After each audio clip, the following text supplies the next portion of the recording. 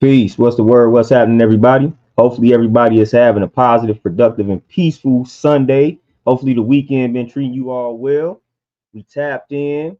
We got very deep subject matter to build on today, man. So hopefully, y'all got about 45 minutes to an hour to tap in, listen to the build, add on all that good stuff, man. I'm gonna give y'all 3 to 5 minutes, man, to tap in. Let me know how y'all living and feeling on this wonderful Sunday, man. What's the word? Talk to me before I start talking to y'all.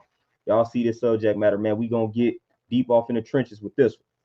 But what's the word, man? Talk to me before I start talking to y'all. How y'all living? How y'all feeling on this wonderful Sunday? Terenzo, peace. What's happening? Javon, peace. What's the word? What's happening? What's the word? How y'all living and feeling? How y'all living and feeling on this wonderful Sunday?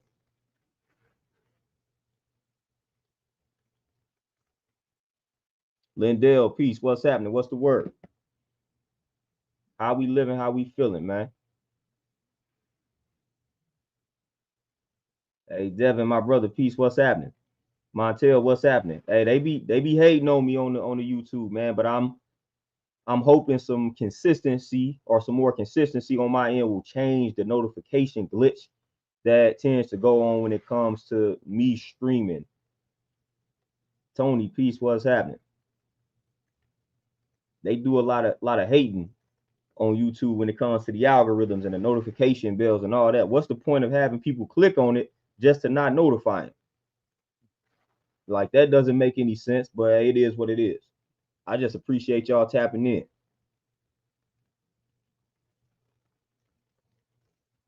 Terenzo for sure. For sure, man. They had the little pride weekend in St. Louis, and man, got to fighting. They was doing some fighting, some crazy fighting, and two women got shot. What's crazy is I actually went to school with one of the victims that got shot at the Pride weekend. So I actually know one of the individuals that got shot at the Pride weekend. And I think it was yesterday, last night. And it looks like she was actually doing the filming. So one of the individuals that was filming the fighting ended up getting shot. And I just so happened to know her, went to high school with her. Or I think middle school, one of them. I think middle school and high school. Crazy. They out here fighting, acting like heathens, and I bunch of gay dudes. I'm seeing gay dudes, homosexual men fighting. I'm assuming homosexual women. Come on now, we gotta call that out. We gotta call out that nonsense. Like for real, we gotta call that out, man. Because we know if that was a heterosexual male doing that type of activity, you already know what they'll be calling us. Let's call that what that is, man. But yeah, we had a lot of that going on. It went crazy. They was out there acting a fool.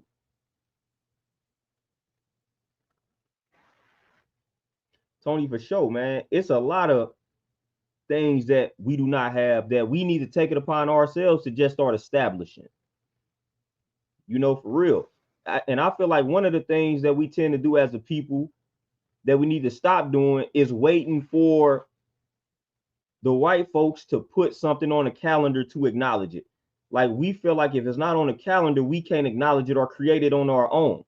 And once they put it on the calendar and make it an official day or month, then we start to acknowledge these things. Like we got the power to say, okay, July is Black Pride Month and we can celebrate it. We don't have to have anybody to tell us to do that. And if it only starts with 5 or 10 of us doing it, then that's how it's got to go. We got to start somewhere, so it could be 5 of us that come together and say, look, we're going to make August or July Black Pride Month and we're going to celebrate it. And then it starts with 5 of us. Then next month we might have 5 more chime in. You know what I'm saying? So we got to start somewhere with stuff like that. But we don't have to wait for them to put it on the calendar to acknowledge it. You know what I'm saying? Like I feel like we tend to do that way too often.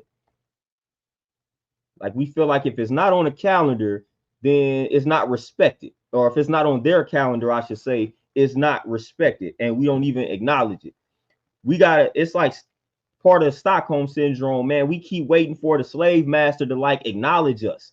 Like we waiting for that. We waiting for we waiting for the oppressor. Let me call him the oppressor. We wait for the oppressor because that's what they still are these days. We wait for them to put things on the calendar and give us recognition. And if they don't do it, we get all emotional in our feelings and we sit around and wait for that. Like, nah, man, they gonna continue to do what they've always done. They gonna continue to do what they've always done, man. Lorenzo, for sure. We definitely should be in the process of creating our own calendars, things like that. Definitely.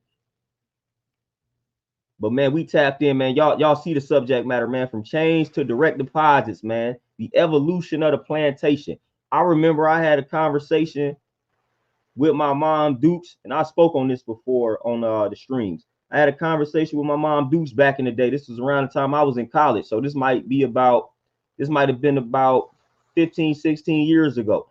And I was just out the gate. This back when I was just like bold with certain statements. Like I didn't care who I was talking to. I was going to tell you the truth. I still kind of move that way, but now I don't even waste time going back and forth with certain individuals. But back then, like I pretty much just told my mom flat out, like, we clocking into these jobs, working for these white folks and continuing to make them rich like we still slaves. You know, it just evolved. It just evolved. Like now we slaves to the dollar bill. We slaves to that direct deposit, to these checks and things like that, man. You know, when you have to ask your job to take time off to go bury a family member, to go be present at the hospital for the birth of a child, even just when you're not feeling like when you got to do these things, man, like that's slavery, fam. Just because you getting a little paycheck tied to it, don't make it any less of a slavery situation. Like straight up, man. Like when you got to be asking for permission to go handle important business, that's slavery. No matter how you want to slice it. You know, a lot of people do not have the freedom to just say, you know what? All right, I got important matters to tend to. I'm gonna take 2 weeks off. I'm gonna take 3 weeks off. Like we don't have the freedom to do that. We don't have the freedom to do that without asking. Like you just up and say, you know what? 3 weeks off. I'm not about to work, man. We don't have that freedom. We don't have that. 99% of the population in the wilderness of North America, we can't move like that. Slavery, we enslaved. And they tell you how many people live paycheck to paycheck. Slavery, fam. And then you got to think about it, man. Like we living in a world where people can tell you what they are going to pay you. So we living in a world where people can determine your worth. And you have to accept it, or you have to try to negotiate your worth with other people. Man, that's slavery, man. Somebody being able to tell you, look, I'm gonna tell you, we'll start you off at 60,000 a year. And you say, you know what, I need 75. And then they meet you in the middle and say 65. Like they're able to determine how much you worth. You worth more than the 75 that you asked for. But you went on Indeed.com and you looked up the average salary for this position. And you just said, all right, I'm going to throw out 75 there because I see that's the top number. Like, that's trick knowledge, man. They got you negotiating way less than what you actually worth. And you think like the number that you going in with to negotiate, you think that's something, and it's not. You worth way more than that. But they didn't trick you. They didn't say, all right, man, we got this range. We pay from 60 to 75. So you come in and say 75. And they say, you know what, we'll give you 70. And you accept it. Come on, man. Like, they determining your worth. They determining your value. That's garbage. You know, and then some of these same people, they can tell, they have the nerve to say, okay, we're going to make the minimum wage in this state or this city this. Like, they telling us what the minimum wage is, and the minimum wage is never a livable wage. So the people who are controlling these things, these numbers, the money, the currency, the value, like, man, those are the oppressors, man. We living in a society where you clock into a job and there is a dollar amount attached to this job that you make hourly or annually. Please tell me how that's not slavery. You didn't determine that value. You settled, you accepted what somebody told you they will pay you. But you know good and well you feel like you're worth way more than whatever it is that you are making right now. I guarantee you. I don't care how much you make, and I promise you, you feel like you are worth way more than what you are getting paid, especially probably considering the work that you got to put in to make that. Slavery. And I remember when I told my mom Dukes that, she wasn't too happy about what I said. And the funny thing is, my pops actually saw where I was coming from and agreed with what I was saying. I meant no harm. I just said it's slavery. We clock the plantation. I'm clocking in. The plantation. That's why we jokingly sometimes refer to our jobs as the plantation. How many, man, I know too many people, when they telling me what they about to go do, they're like, man, I'm about to head to the plantation, referring to their jobs. Man, that's a subconscious thing, man, and we don't even realize how deeply rooted that is, man. A lot of people refer to their gigs, their jobs, as the plantation.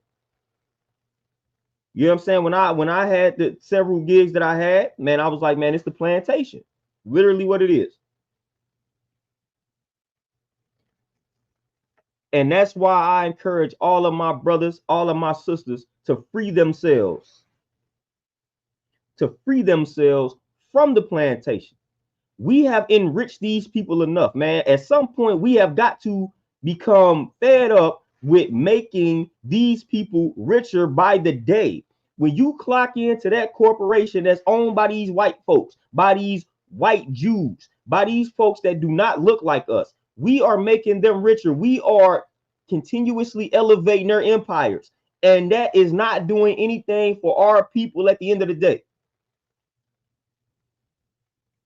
Like, we have to remove ourselves. Like, I'm gonna use this like when we talk about athletes, right? And we always encourage these athletes. We say, man, look, if the LeBron Jameses, the Steph Currys, the Kevin Durant's, you know, the Ja Morant's, all the Anthony Edwards, all these individuals, all these original NBA players, if they just said, look, we gonna remove ourselves from the NBA and we gonna start our own leagues, what would that do to the actual NBA? What would that do? If all of the black players decide to say, you know what, we're going to remove ourselves from this league, we're going to start our own league, what would that do financially to the NBA?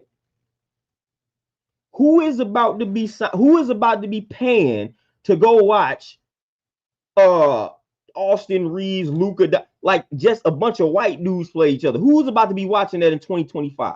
Somebody come tell me who about to be watching a league filled with white players versus the black player. Who you gonna go see? Who you gonna go see?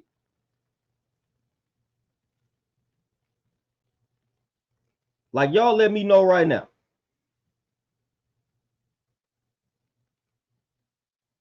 You got 30 teams in the NBA.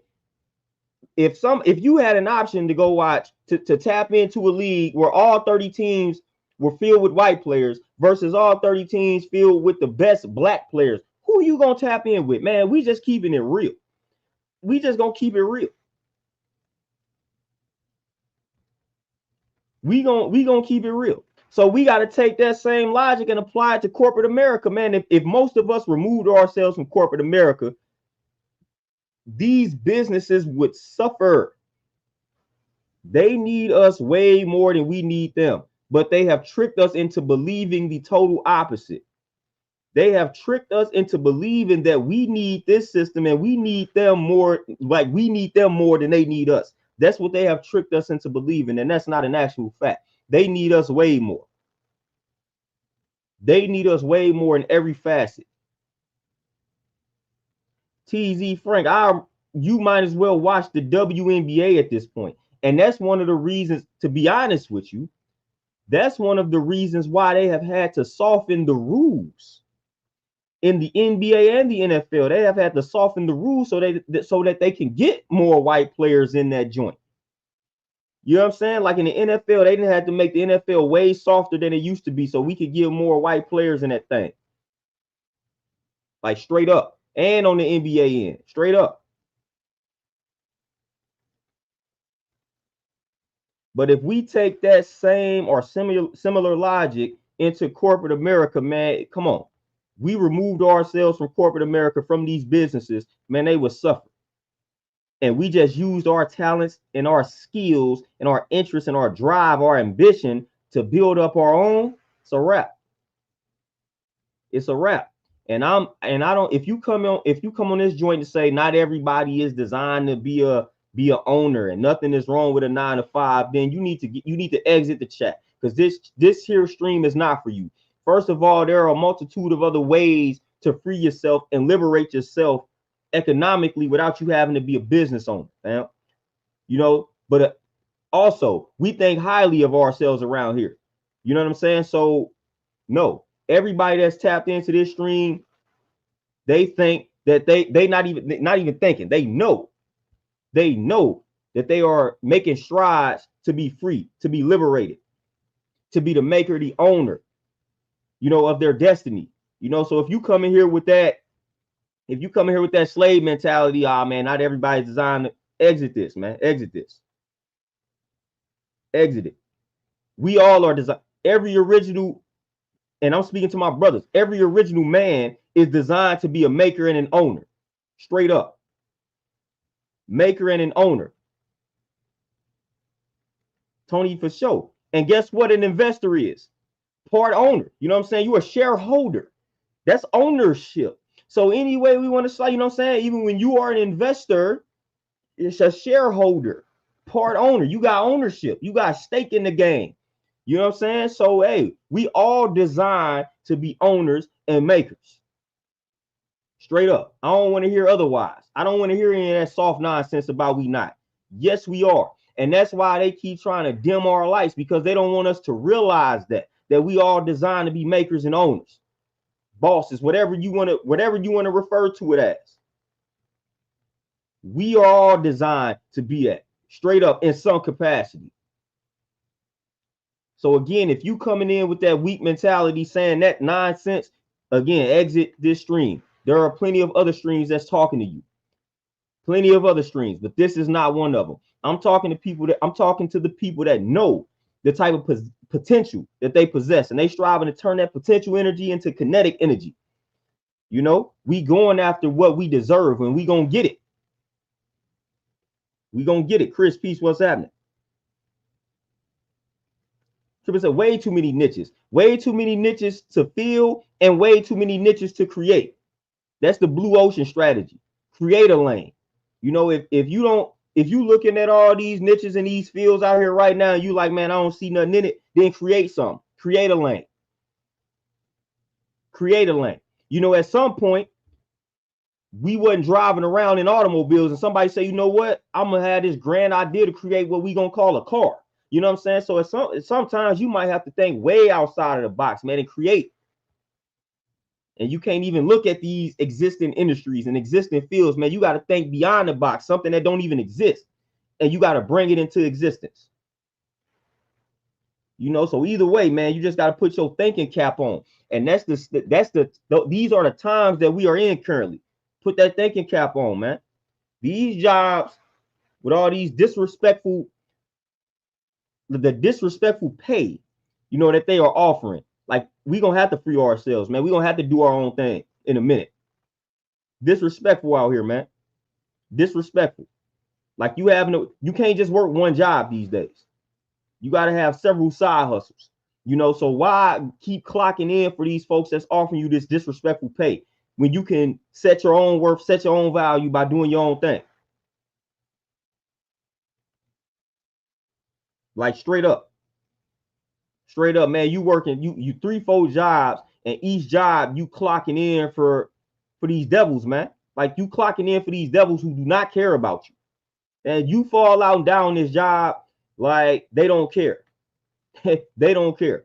You know, your mother passed away, they don't care. They just want to know, how soon can you come back? How long you gonna be out? That's all they worried about. That's all they worried about, man. So we speaking on freedom and liberation here. We cannot be free. We cannot be liberated while working for the enemy, working for the oppressor. It's an oxymoron. It doesn't make any sense.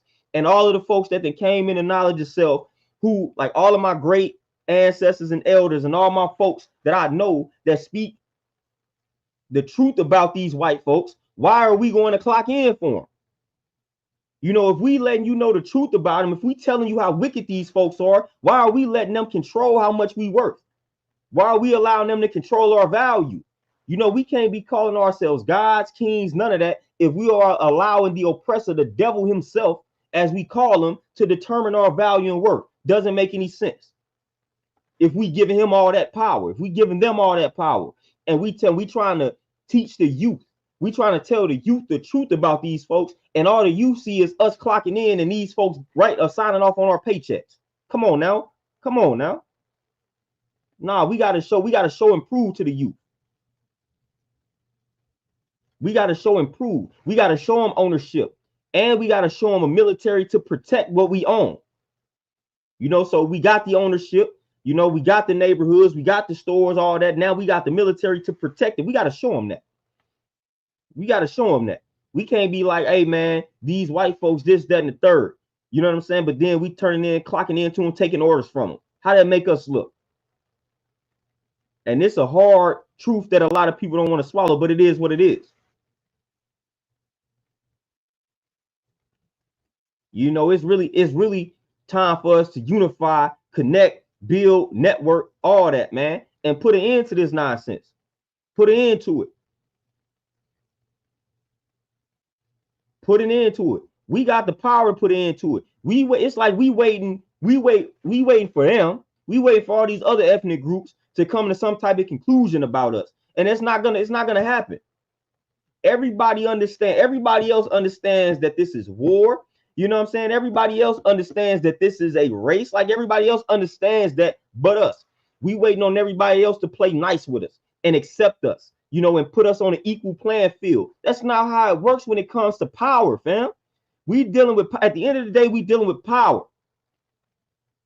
We dealing with power. We will never be an even playing field when we dealing with power. You got to take what it is that you want out here, man. These politicians ain't going to give it to you. These politicians are only going to serve the interests of the people that are in their pockets. That's it. That's it, fam. That's it. You know, so we waiting for politicians, presidents, governors, all these folks to save us.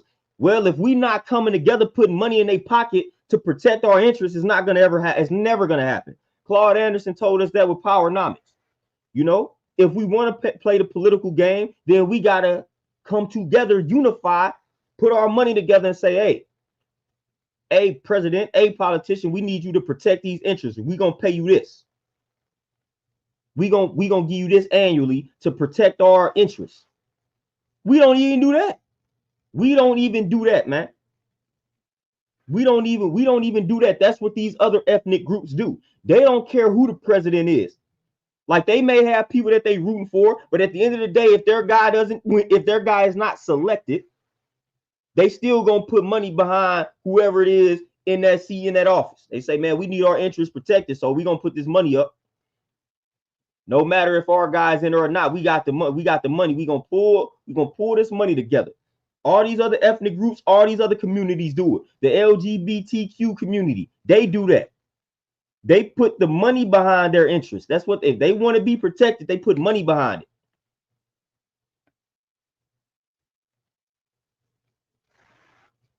And again, we are not poor as a people. Collectively, we are one of the richest group. We are one of the richest groups. I'm not going to say wealthiest because we don't hold on to nothing, you know, but we collectively, black people in America, man, we make a lot of money and we at the top of that.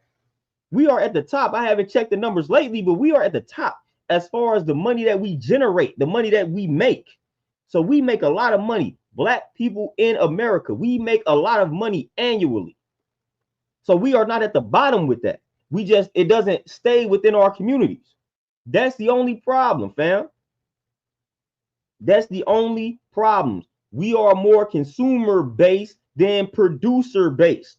You know what I'm saying? And that is the biggest problem. If we just took all of that money that we accumulate and generate annually and spent it amongst each other, man, the game would change. It could literally be that simple.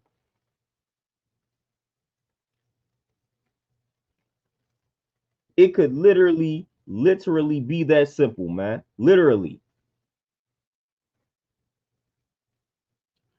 Hey, Devin, for sure.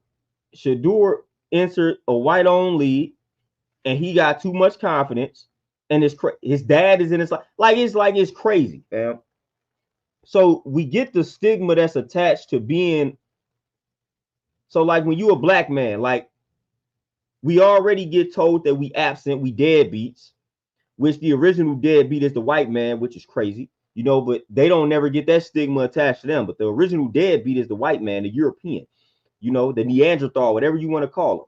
That's the original deadbeat. But we done lost that. And we became the new mascot for deadbeats. So then once the father is in the life of his sons and he is bold, confident, and he's instilling that in his children, then that gets placed in a negative light. LeVar Ball, Prime Time, Dion. These, bro, the Ball family and the Sander family, their fathers have been in their lives ever since they were born. Father figures have been present. And these kids got nothing but shun because of their fathers being in spotlight. Even, man, listen, it is crazy. So then if we are present in our children's lives and we loud about it and we instilling confidence in them, now that's a problem. So we like in a lose-lose situation. So now if you're going to be a dad and you're going to be present in your son's life, they want you to be quiet. They want you to be humble. I'm not being humble. My son is that dude, and I'm letting you know that. Like LeVar Ball got all type of negative energy, man. They came out with shoot. LeVar Ball was literally doing it how you supposed to do it. Man, we're not about to sign these deals. We're gonna create our own shoes. You know what I'm saying? Like that's how you supposed to do that. Man, I'm not about to be humble if my sons are them, like are they one of them? No. No, we're not doing that.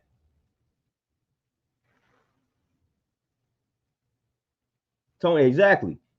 They want us to be humble. Black men, they want us to be humble. You know, it's sassy or whatever. Like so then on in our community, the women are going to call us sassy and all that type of stuff, and we just overly confident. So like it's lose-lose. Lose-lose. They want us to shut up, play ball. They want us to shut up and work, shut up and rap, shut up and write, whatever it is that we do. They want us to shut up and do that. But we can't be confident. We gotta be, we can't be bold.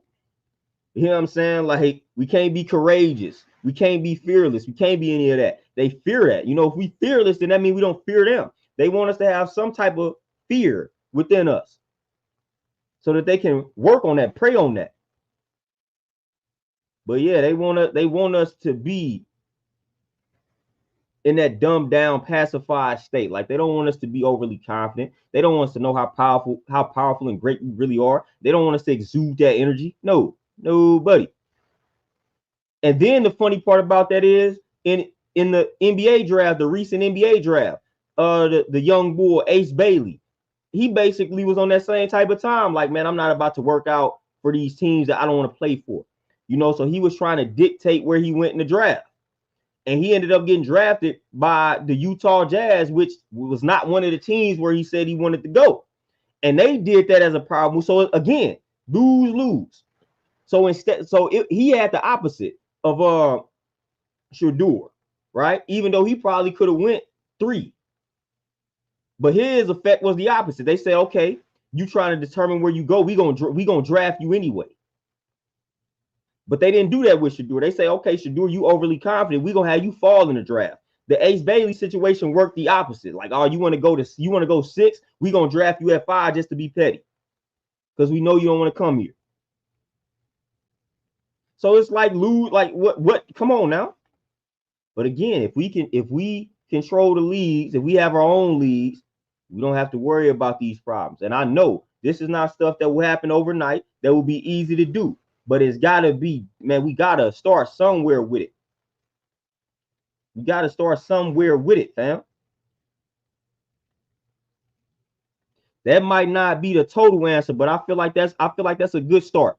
You know, for us to create our own separate leagues, take our talents in these industries, create our own businesses. Man, if you the top in your field, man, if you work, let me see, man, if you work in IT, in whatever job you do, and you in the top, man, you one of the best at your job or in your job.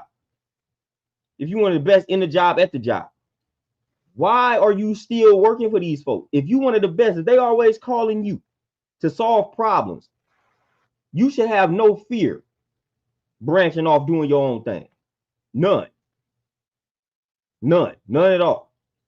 You know, now I can see if you're not mastering your craft, you're not one of the best, then you want to sharpen your skills, man. But if you one of the best, if you work in a job and you one of the best at your job, like the job falls apart when you're not there, take your talent, branch off, do your own thing. That's your sign. That's your sign. Stop overthinking that process. Do your thing right now. The best time to start is now. You never know what's going to happen to you a week from now. The best time to put things into motion is right now. The only time that you have is right now. You may not have next week. So the best time to put things into motion is right now. That's what they're going to. Right now is the best time. Stop playing around with it, man. Whatever it is that you're doing, right now is the time to master that craft and branch off and do your own thing and stop enriching these other ethnic groups. How many of these other ethnic groups do you think if we multiplied our numbers, if our black businesses increased 100-fold, how many of these other ethnic groups do you think would be encouraging their children to go work for black-owned businesses? Answer that for me. If our black businesses, if we multiply the amount of black businesses we had, say by 30, 40, whatever, how many of these other ethnic groups do you think will be preaching to their children or teaching their children or encouraging their children to go work for black-owned businesses? Like, how many white parents do you think would be sitting their child down saying, hey, go work for these black-owned businesses, man? It's all the same. How many of these Asian parents do you think would be sitting down saying, man, go work for a black? None. The answer is none. Promise you, they would not be doing that. Promise you. We are some of the only groups of people who really pride ourselves on our children getting good jobs for these white folks, for these other groups of people. We pride ourselves on that. Like, nah, we got to stop priding ourselves on that, man, for real. The end goal should always be ownership, family businesses. That should always be the end goal. We need to normalize our children's first jobs being working for the family business. That's what these white folks be doing. That's what these other ethnic groups be doing. We need to normalize our children's first job being with the family business. Being with the family business. That's what we need to be on. Like, you got a son, you ain't even worried about it. Like, at the end of the day, like, we got enough businesses, we got enough properties or whatever the case to where, look, if they want to branch off, try to do their own thing and they not successful, we got you back here. We got you. We got a safety blanket right here. We got several businesses for you right here at the crib for the family business.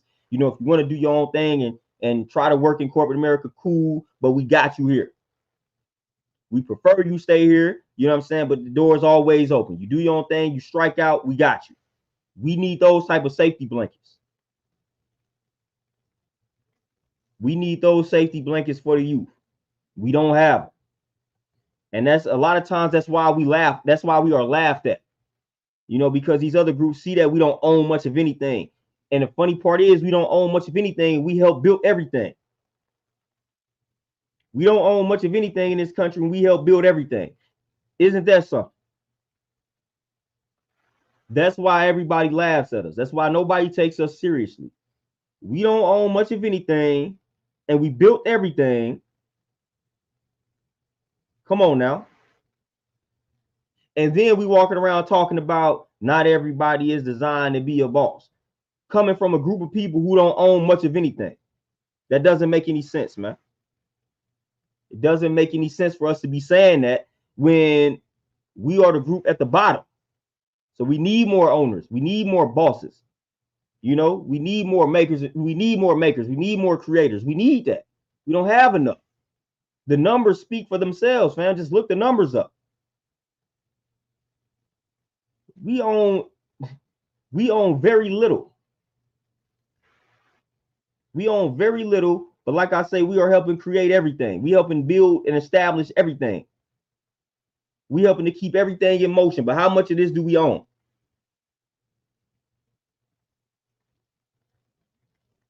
So yeah, stop being humble. Stop inspiring, encouraging your kids to be humble. Like, nah, if they great, embrace that greatness. Embrace that greatness. Tell them to embrace that greatness. You know, embracing greatness don't mean you walking around putting other people down. That just means you confident in your abilities. You know what you're capable of, and you don't accept anything less than what you are capable of doing. That's it. That's the energy that we need to walk around embracing and instilling in the youth.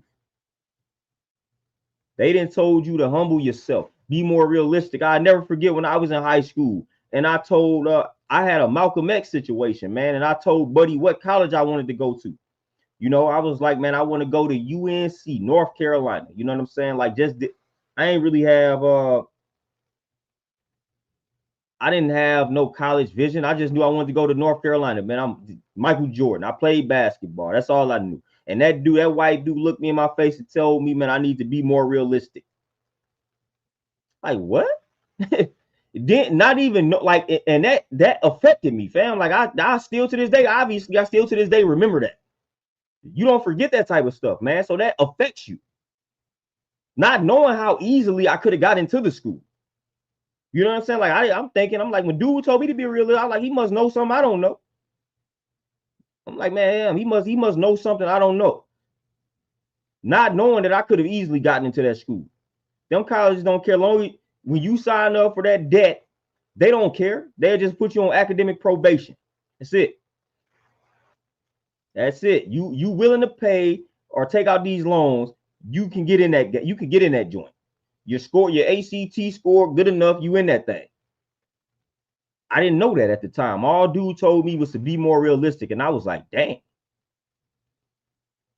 I say, man, you didn't shot me down. I'm in the 10th grade. I'll never forget that when I transferred over from public to private, and I told Buddy what school I wanted to go to. Buddy straight told me, fresh out the gate, to be more realistic without even knowing me, without even seeing what I'm capable of, you know, without even trying to understand why my grades might have been slipping at the time. Like, bro, just flat out be more realistic. And that affects you, man. You have got to watch. I feel like it's totally irresponsible as an adult to instill that type of energy in the mind of a child, the most impressionable mind. That's very irresponsible and it's destructive. You know what I'm saying? When a child, man, at that stage, their mind is very impressionable, fam. You cannot be instilling that type of energy in the mind of a child because that will shape how they turn out as an adult, fam. So a lot of us have bad habits as adults because of what was told to us as children, you know, and it became what they call like subconscious prompters, fam. And we end up burying a lot of that. So some of this stuff ends up creating certain traits within us that we don't even know why we possess these traits. And it stems from things that happened to us or that were told to us when we were children. Straight up. So you gotta watch what you tell, especially a child, fam. Especially a child. When a child is, man, listen, that is, man, I've been reading so much about the subconscious mind, the mind in general, and I've learned that those are the most pivotal years for development, man. When you are a child, fam. If you are not speaking life into a child, into your child, man, you are being irresponsible and you almost damn near deserve prison time for that because you are about to set that child up for failure, fam. A lot of this low confidence, low self-esteem, all of these traits that we end up possessing when we get older, it stems from what was told to us or what wasn't told to us when we were children.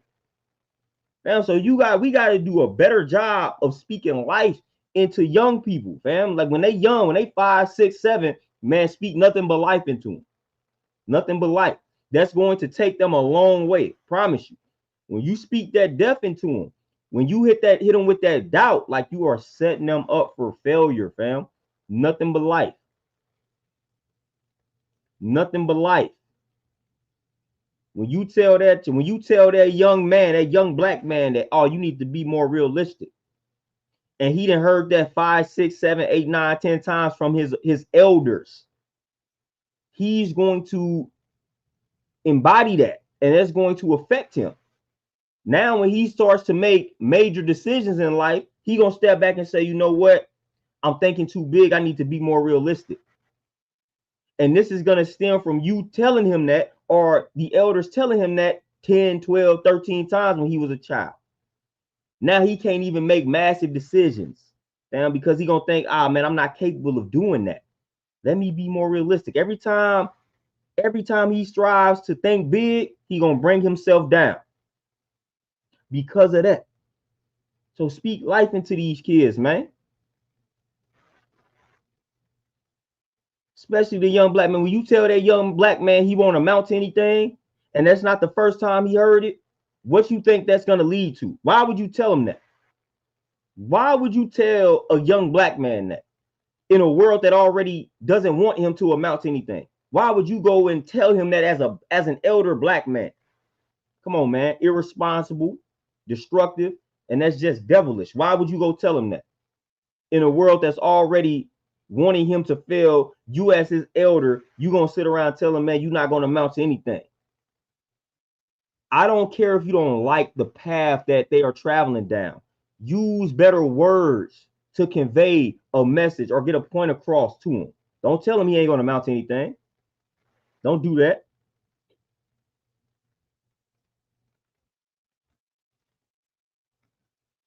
TZ, man, I'm trying to tell you.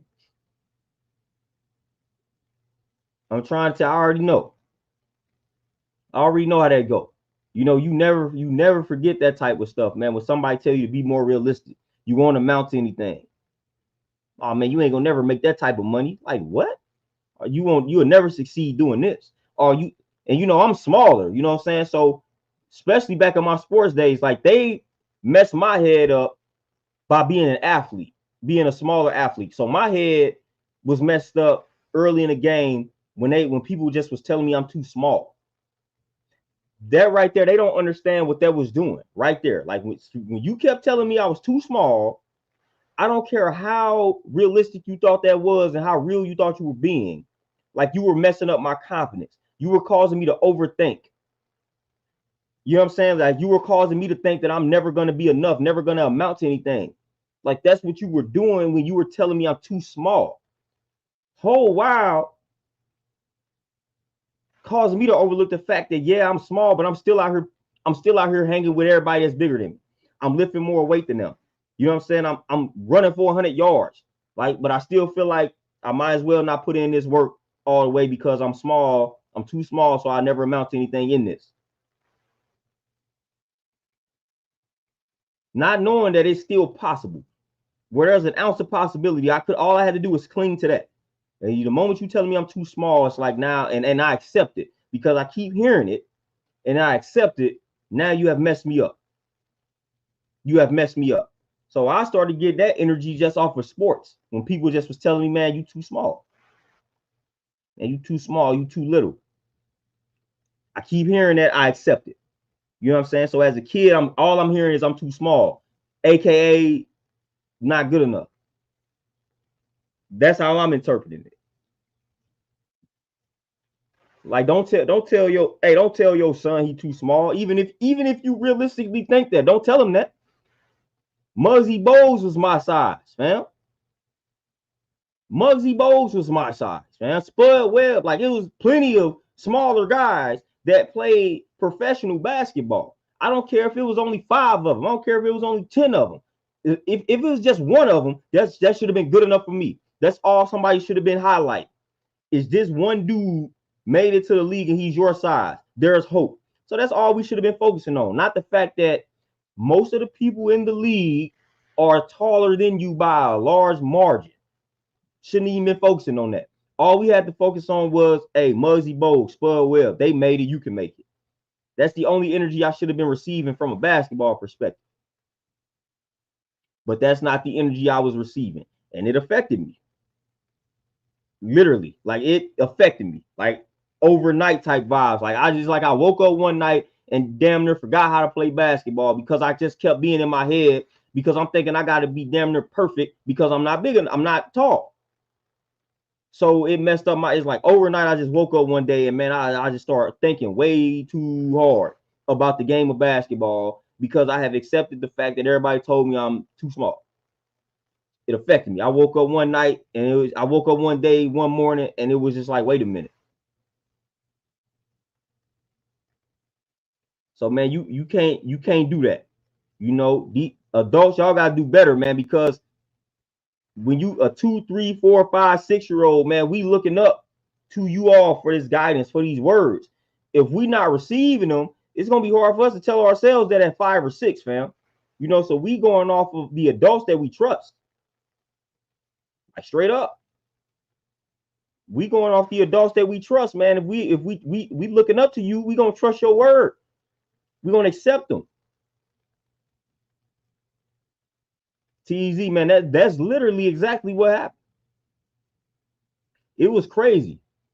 I went on some Ben Simmons type of time, and Markel Fultz. If y'all know them, like there's almost like one night, like overnight, I just like the game just went downhill, and I had to almost relearn the game of basketball. And then once I played my sophomore year and master other elements of the game that I wasn't mastering before, the love was gone. Like I didn't even want to play. I didn't play anymore after that. I was like, man, I'm done. Got into it with the coaches, man. I was like, I can't do this no more. So I stopped playing the first game, the first sport that I actually loved to play, because I had accepted what everybody told me. And I let it affect me. And then once I relearned the situation and started getting better, like then I let the coaches get me. Like I was like, man, the love for this is gone. Like the love for it was gone. I'm like, man, I ain't got time. Like I just ain't got time for this. You know, and then that ended up happening with me with football, man. It's like I got tired of just having to work so much harder than everybody else. Got tired of it. You know, I got tired of having to prove myself. It was like I'm cool, and I'm cool with working hard. I ain't got no problem with that. But it's like, man, when you start watching other people not have to work as hard and they get handed opportunities, man, you start that don't sit well with you. You know, when you putting in all these extra hours, man, and you see somebody that just get handed an opportunity because they bigger than you, it's like, all right, bro, I'm not about to keep injuring myself, playing through pain, playing through all. I'm not about to keep doing this when I'm still getting overlooked, you know. So nah. You know, the motivation is going. The same happening in the corporate world. I'm not about to give this corporation, this company, my blood, sweat, and tears. You know what I'm saying? That my blood, sweat, and tears just for y'all to hand this promotion to this dude that's kissing up to y'all. Simply because I don't kiss up, kiss ass, all that. Simply because I don't do that, I'm getting overlooked. I come and do my job better than everybody.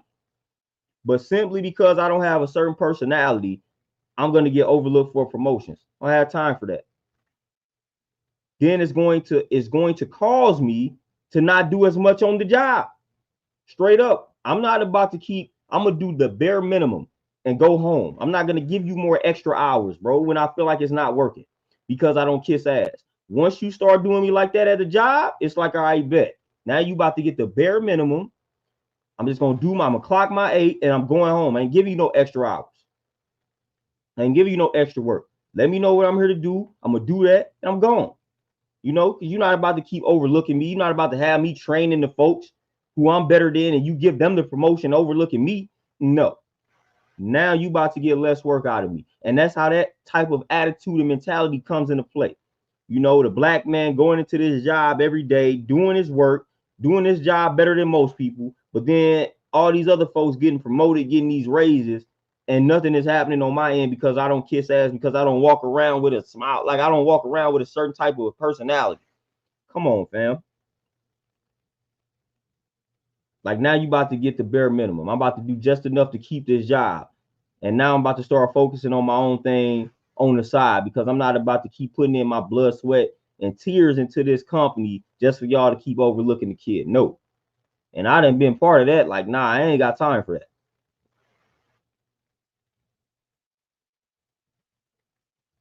Oh, Devin, for sure, man. And that's all that, man. That's the best thing you can do. Support. Literally. It's all that you need to do to children. Support them and equip them with the tools to elevate and be successful. You know, if you got a son, if you got nephews and daughters in these sports, sign them up with trainers, fam. Like, help them with the nutrition. Take them to cryotherapy, to chiropractors, man, to physical therapy, to go get stretched out, all that type of stuff, man. Invest in them. Give them all the tools that they need to be successful in whatever sport they choose to participate in, or whatever endeavor in general. Do your best as an uncle, as a father, man, as a cousin, whatever, man, to see to it that that child has everything that they need to be successful in that endeavor. Straight up, whatever the endeavor is, man, see to it that they have everything that's needed.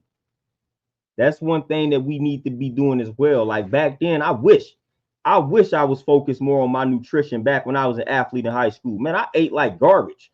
You know, I'm about to go to football practice, man, and all I ate was some junk food, man, some Skittles and some chips, because I ain't want to eat the school lunch. And I'm wondering why my, like, you know what I'm saying, why I'm out here sluggish in practice and feeling bad, stomach hurt. You know, like, I wish I knew more about nutrition. I wish I invested in that as a child. Like, I wish I had those people around me. You know what I'm saying? Like, I wish I knew about going to chiropractic and cryotherapy and this type of stuff when I was in. But now I know. So I instill that in the youth. Man, take care of your body while you are in high school, while you in middle school, just out the gate, you know? And so when they are younger, that's the parents' job, that's the adults' jobs, man. Stop feeding them kids that garbage. And you creating those habits, those bad habits now. That's where all these diseases start. You worrying about your children not liking you because you're not giving them McDonald's. Like, nah, again, they follow suit. They gonna do what the adults do. If you don't buy the McDonald's, your 6-year-old can't eat the McDonald's. So don't blame you. Don't blame you having McDonald's on a 6-year-old. They didn't drive to McDonald's. They can't drive themselves nor you to McDonald's. They 6. You put them in the car and said, we're going to get this McDonald's. I don't care how much they begged you. You had the power. So stop feeding these children this trash, fam. Stop feeding these children trash and then blaming it on them for your bad habit. Like, again, I'm a trainer, so I've watched people blame their bad eating habits on their children and sometimes their spouses. Stop doing that. Hey, I listen to the spouse argument, but I'm not listening to a child argument. 7-year-old ain't make you go get McDonald's, fam. I don't care how hard they begged you. I don't care if they cried from sun up to sundown. They cannot get in a car and drive to these fast food restaurants. Can't do it. You decided to do that. Point blank. So those habits start with you as the adult. So the earlier, the better as far as formulating these better habits, fam.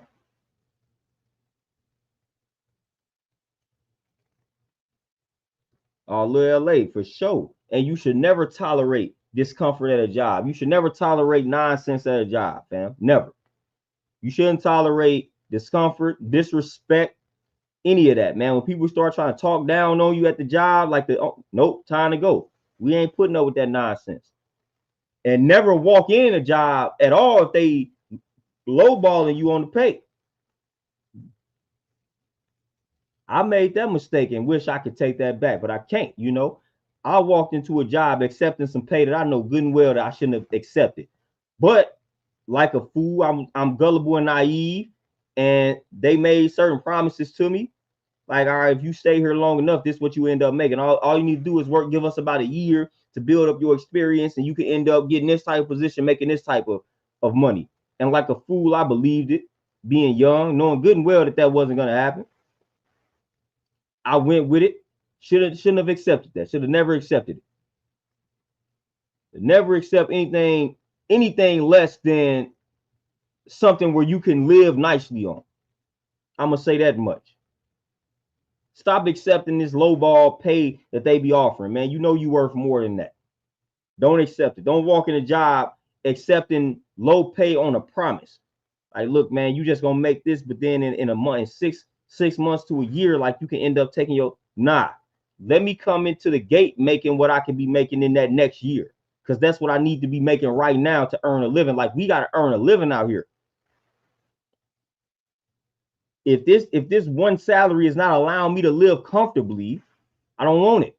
If I gotta take this salary and then work 2 or 3 other jobs, no. Like you should be able at this one job to at least live comfortably, take care of the basic necessities of life.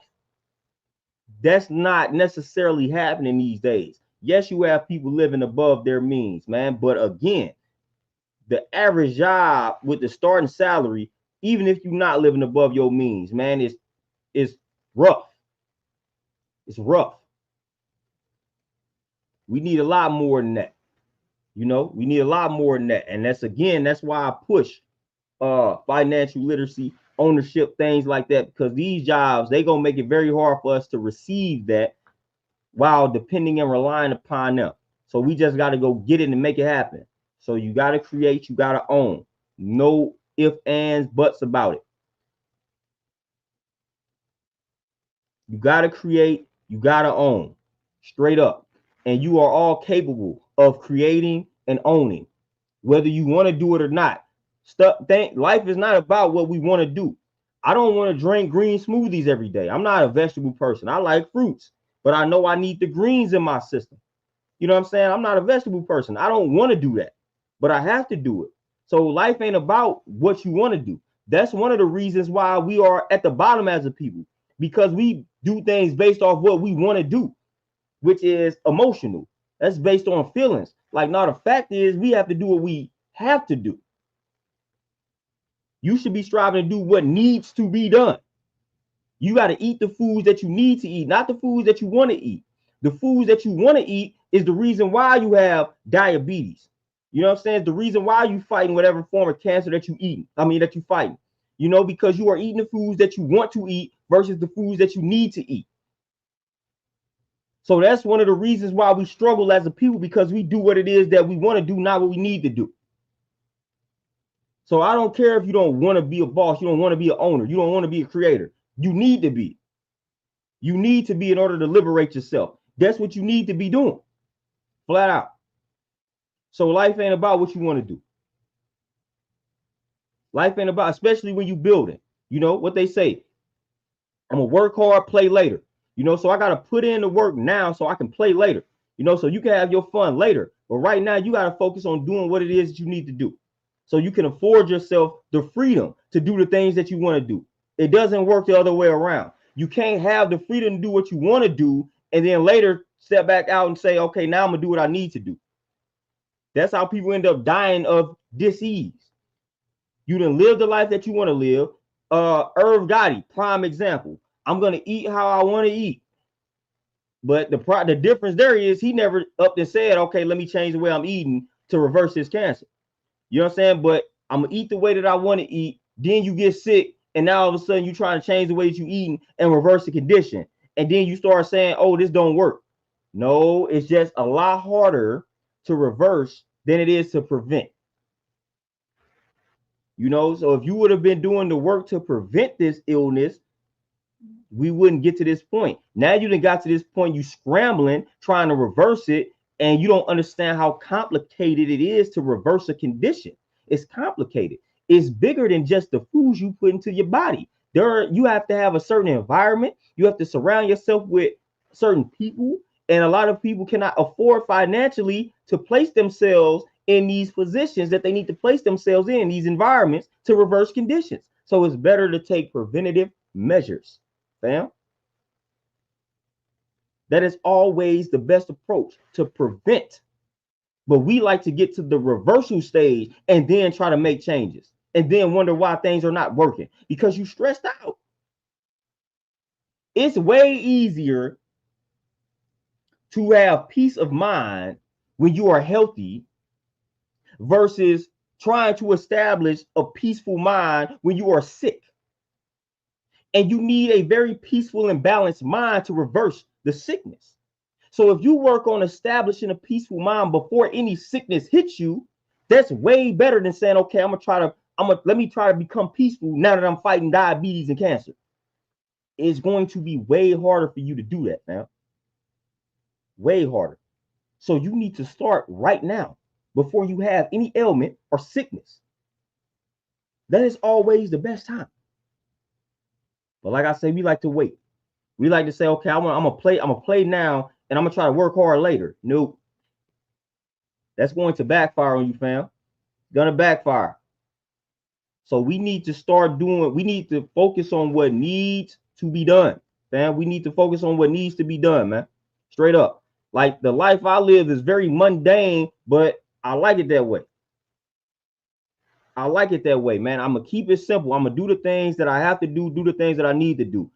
And in due time, I'll be able to do the things that I want to do. But right now, man, I'm working. I'm working. It ain't pretty, but it's cool. You know, I had fun back in the day. Now it's strictly business, man. Strictly time to put in work. And that's where we all should be at with it. Putting in the work, man. Putting in the work, coming together, uniting, putting in the work, and networking. I'm always striving to put in the work with other Black folks. I'm always striving to support other Black folks. Like I'm race first, you know, as people know. So I'm always striving. If it's a product, if it's a service that I can get from my people first, sign me up. I go to these other ethnic groups as a last ditch effort to spend my bread. You know, so I'm always searching for services that my people supply first. I'm always do that. Like I'm gonna always do that. So we gotta start operating this. We gotta all operate like this, man. We gotta network with one another. We gotta network. We gotta pour our dollars into each other, and we gonna watch this thing build and grow and elevate. And these other, they can't mess with us, man. When we unify and we unite and we come together and we, as the drum line says, one band, one sound, this joint, no other ethnic group can do anything with us. And they all understand this. They all know this. We have lost that. You know, we have lost that due to the trick knowledge, due to the brainwashing, due to the indoctrination that has been going on. You know, so we lost that knowledge of ourselves. But when we band together and we on one accord, nobody can do anything with us. And that's a fact. That's why every time they see that coming close to happening, the person that spearheading those type of movements, they gotta destroy that person. They gotta attack the character, the credibility. Or if we come together and form these neighborhoods, you know, Rosewoods and Black Wall Streets and things like that, then they move. Then they gotta bomb it. They gotta destroy it. This is why. This is why they do it, because they know if the majority of us band together, it's a wrap. It's a wrap. If majority of the brothers banded together in the NBA and created an ABA, you know what I'm saying? They will be broke. Don't nobody want to watch 30 NBA teams filled with white guys and other European athletes. We don't want to watch that. You know what I'm saying? We're not paying for that. They're gonna come watch LeBron and Steph and KD and Ja Morant. They're gonna come watch them. Same with the NFL. They would be dead broke. And they know these things. They know these things. So that's why they want to keep us in this dependent state, which that's an illusion. You know, they want to make us think that we need them in order to operate. But we really don't. We really don't. You know, and then that's fear mongering when they bomb our towns that were successful. Then now we start to think, oh, well, if we build our own, then they just gonna destroy it anyway. That's weak. That's weak-minded. You understand what I'm saying? Like, for real. The lesson there or the message there should be, okay, every time we build a community, they bomb it. Military time. So if we build a community, let's protect that community with this military on some FOI, Fruit of Islam type of vibes. You know, we can't just establish a community and think they're going to just allow us to be. They're not. So, okay, we established another Black Wall Street. Boom. We got military. You know, we got explosives. They come in here, it's gonna be a battle, it's gonna be war. Let the strongest survive. But if they come in here, it ain't gonna be peaceful. Some of them going out too. Some of them dying as well. That's gotta be the energy. because they're not going to allow us to just build our things and just leave us alone. They're not gonna, it's not going to happen. History shows and proves that.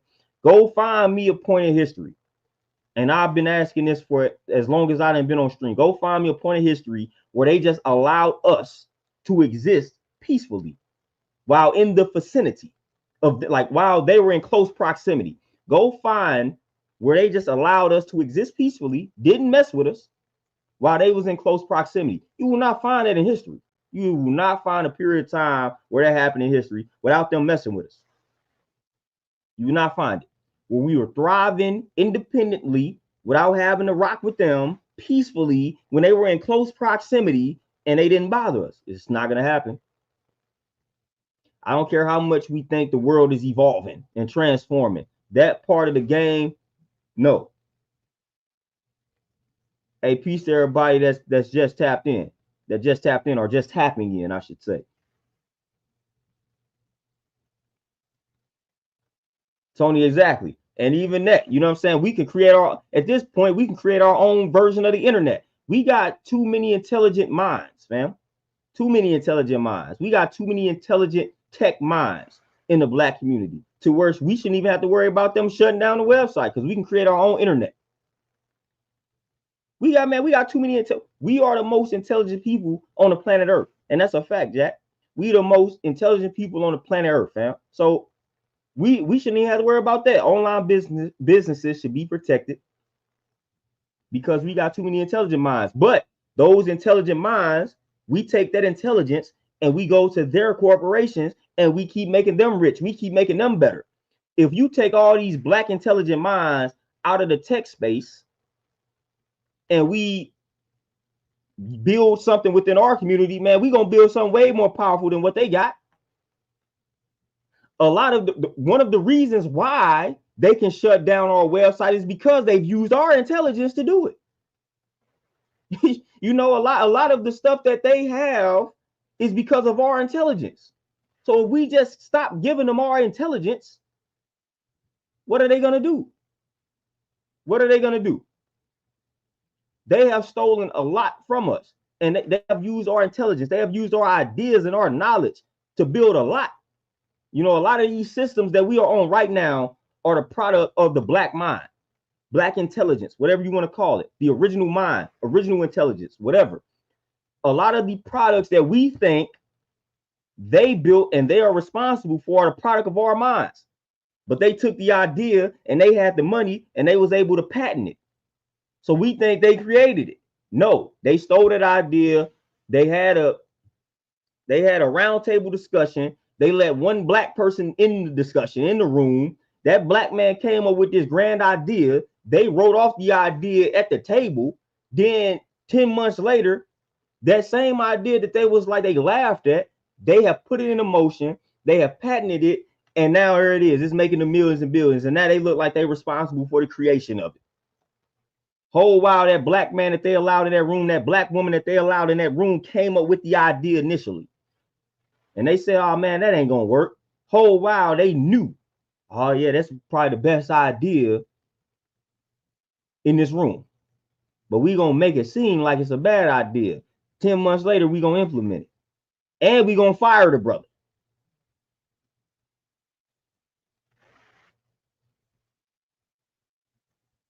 Like we gonna fire the brother.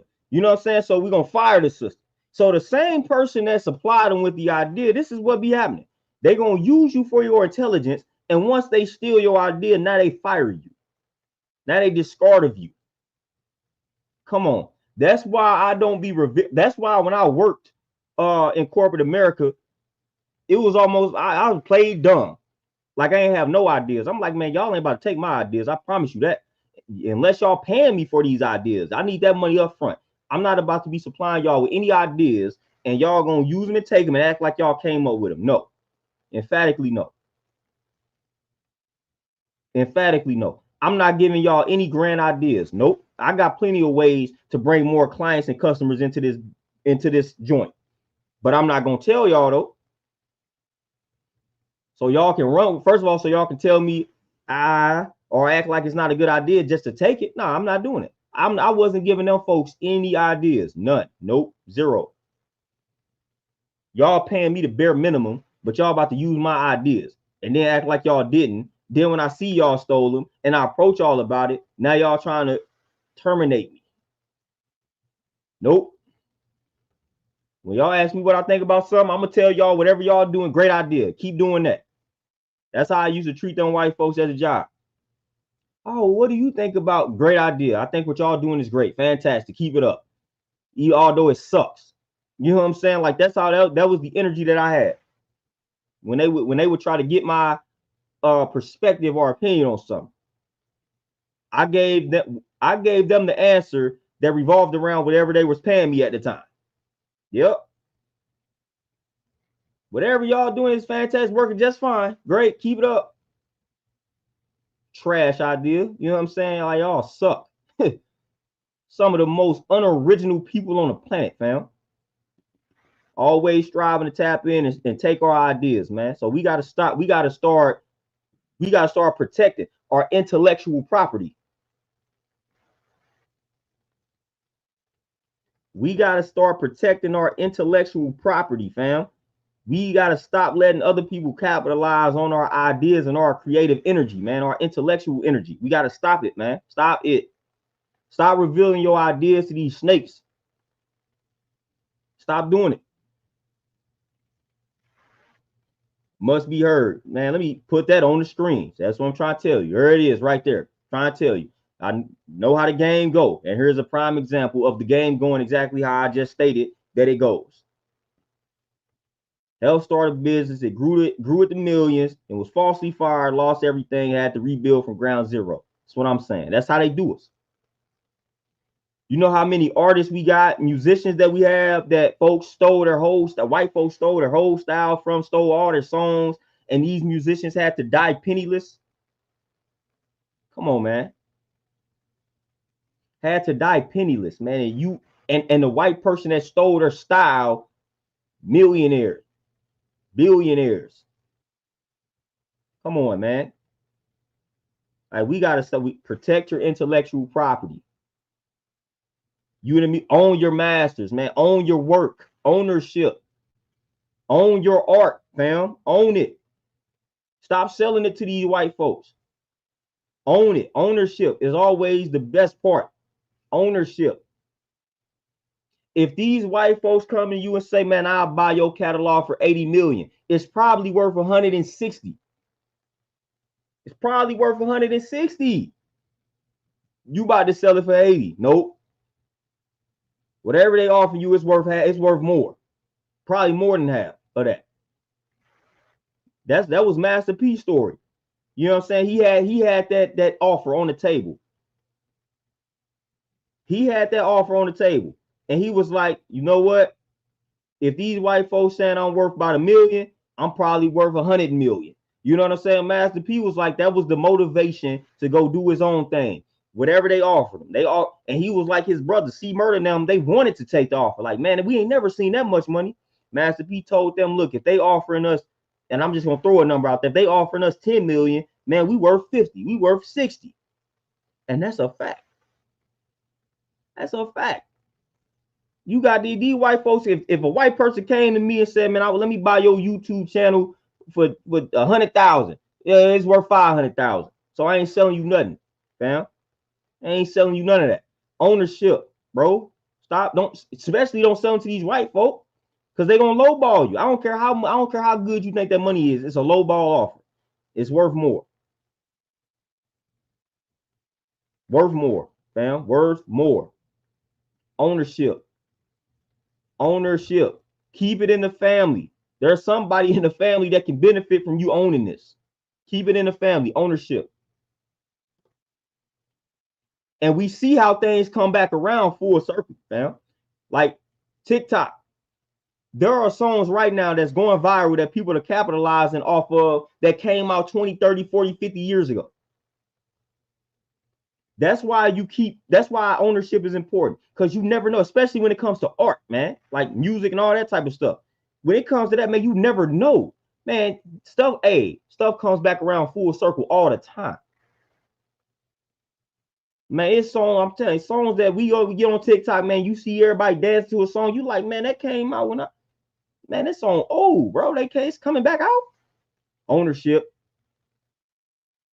I remember when I was I watched an interview with Sir Mix-a-Lot, and he was talking about all the money that he made off of Baby Got Back. Like how he's just still receiving so much money from just that one song. Ownership, because you own the masters.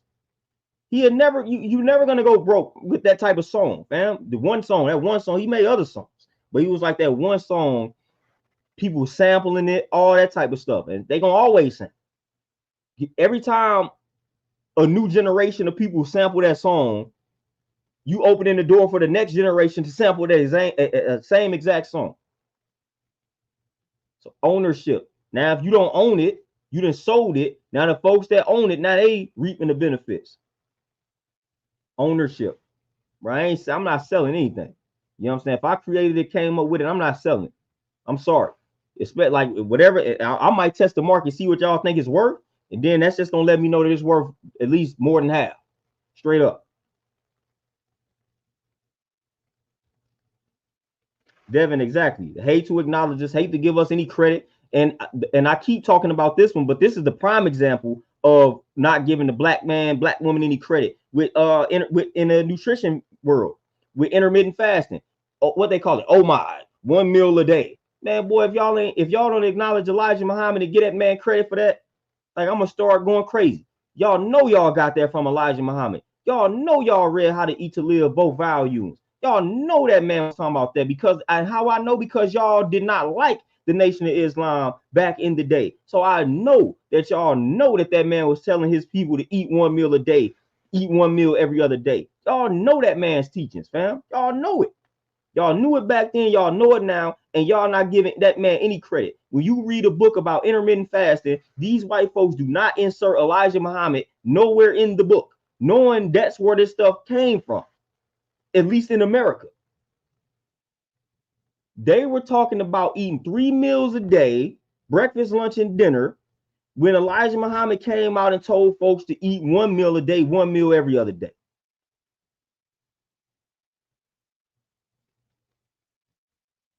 And y'all ain't, you know what I'm saying, giving that man no credit. I read a book about fasting that came out now, and y'all acting like y'all ain't to study no Elijah Muhammad. Y'all acting like this man ain't responsible for that. Hey, perfection cuts, man. Hey, where you at in Ferguson, man? You know that's where I grew. I grew up in Ferguson, so you gotta tell me where you at over there, man. That's my stomping grounds. You gotta let me know exactly where you at in Ferguson, man. It ain't nothing to pull up in the neighborhood. And you gotta shoot me that information or slide me some business cards or whatever the case, man, so I can put them in the gym. Like for sure. Like that. You in the neck of the woods, you in the neighborhood.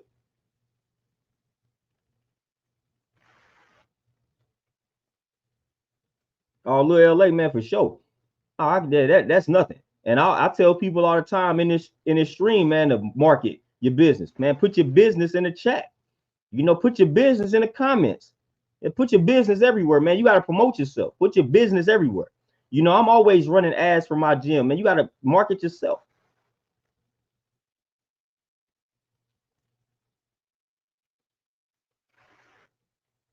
Hey, what high school for sure? Yeah, yeah. Hit me up on the ground for sure. But yeah, man, market yourself, man. Put yourself out here, man. That's what you got to do. Put yourself out here, man. And this is coming from an introvert, so I work to my strengths. I'm gonna do some ads. I ain't out here. I'm not gonna be out here verbally, you know, letting everybody know. But I'm gonna work with the internet because that's more of my speed. That's more of my speed, man. So put your services out here, man. When you in this chat, man, don't feel like you spamming us. Put your business in this chat, man. Put your business. Let me know what you do. Let me know what you have produced. Put it in the chat. Put it in the comments, man. Don't be afraid to do that. I done supported plenty of brothers in the chat, plenty of sisters, man. I done bought beard oils. You know what I'm saying? I done bought books. I done did all that based off of the chat. So that's we got a community right here. We got a community right here. We could be enriching each other right here with just the small amount of people that's tapped in now, man. This is enough right here for us to just keep the dollar circulating amongst us. Like that could be that simple. We all should have products and services that we support from one another in this here chat. And then that can spiral out, you know?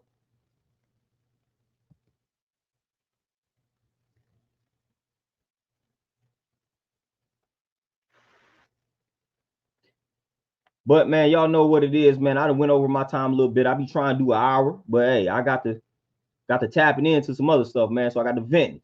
But man, hey, I appreciate y'all tapping into the kid, man. Appreciate y'all taking the time out of y'all wonderful Sunday, man, to listen to me build and add on, man. So it's always peace. Chopping it up with you all.